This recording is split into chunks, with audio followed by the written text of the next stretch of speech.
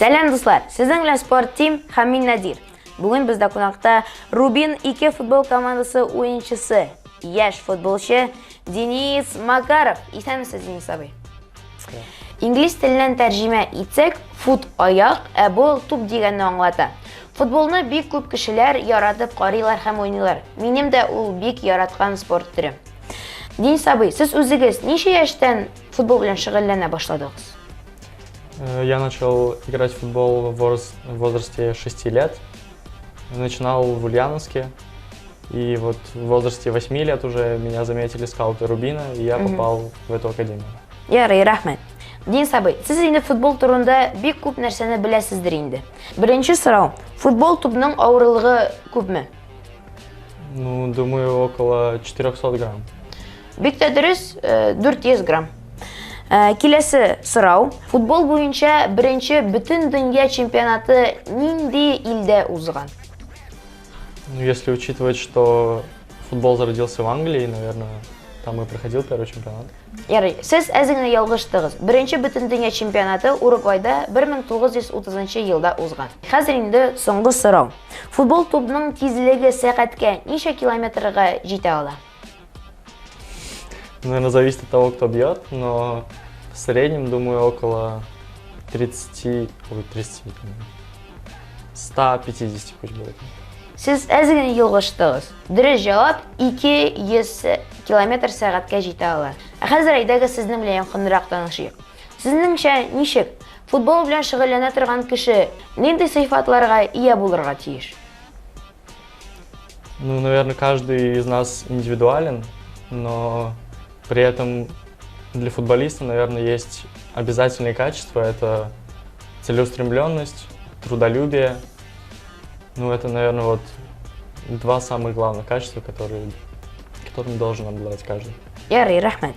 Денис абый, футбол үзе нинди сыйфатларны тәрбияли?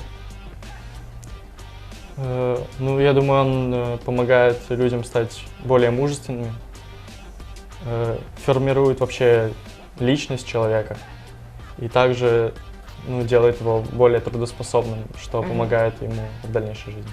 Рәхмәт. Сез менә футбол белән шөгыльләнгәч, бу сыйфатлар сездә бармы? Думаю, да. Я также приобрел эти качества, и с ними даже в повседневной жизни гораздо легче. А менә футболда сезнең кумирыгыз бармы? Скорее нет, чем да. Мне нравится множество футболистов, но прям кого-то одного выделить не смогу.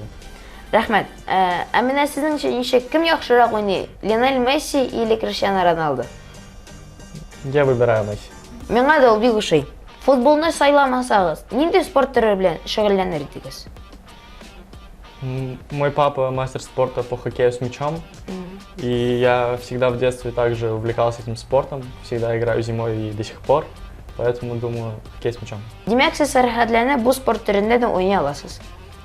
Ну да, на любительском уровне могу поиграть. Аңлашылды. Спорттан буш вакытта сез нәрсә белән шөгыльләнәсезме? Берәр инде китаплар укыйсызмы, әмма кинолар карыйсызмы? В свободное время пытаюсь максимально отвлекаться от футбола, потому что это тяжелая рутина, и нужно уметь это делать. Предпочитаю просто гулять по городу, часто хожу в кино. Сез тренердан иң яхшы киңәш ишеткән нинди иде? Однажды тренер мне сказал: играй на своих лучших качествах. И, наверное, это самый важный совет, который я слышал. Бу чыннан да бик яхшы киңәш. Ә сез хорафатларга ышанасызмы? Менә безнең күп спортчыларның үз талисманы бар. Ә сезнең берәр талисман бармы? Я, наверное, являюсь примером человека антисуеверного. У меня никогда не было ни примет, ни чего такого вообще. А талисманагыз бармы? Тоже. Ярый. Бик зур рәхмәт сезгә. Хәзер инде әңгәмәбез ахырында кечкенә генә уен уйнап алырга тәкъдим итәм. Сез каршы түгелме? Юк.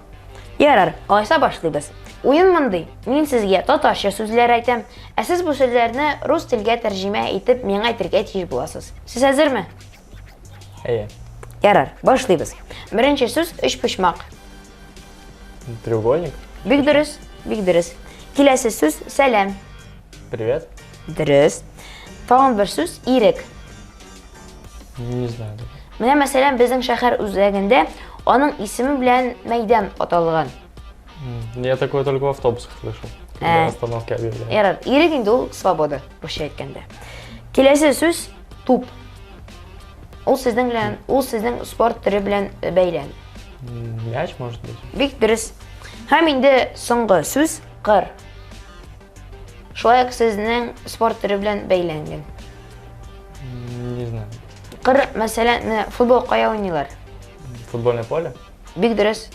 Кыр ул поле. Менә. Денис абый, хәзер инде безнең тамашачыларыбыздан иң көтеп алган сорау. Сезнең киләчәккә нинди планнарыгыз? В этом году я поступил в Академию спорта. Буду обучаться там, получать профессию. И через 4 года, получается, получу лицензию тренера.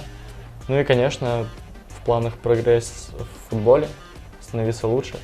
Рәхмәт. Денис абый, безнең әңгәмәбез ахырына якынлашты. Рәхмәт сезгә бик зур. Зинһар өчен автографыгызны калдырыгыз әле, дусларыма күрсәтермен. Эй!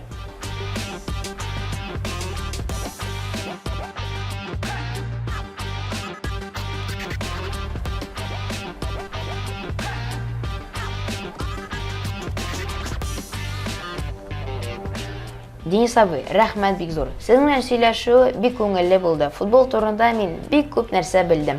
Киләчәктә уңышлар сезгә. Рахмет. Мне тоже было интересно пообщаться. Спасибо за приглашение. Рәхмәт.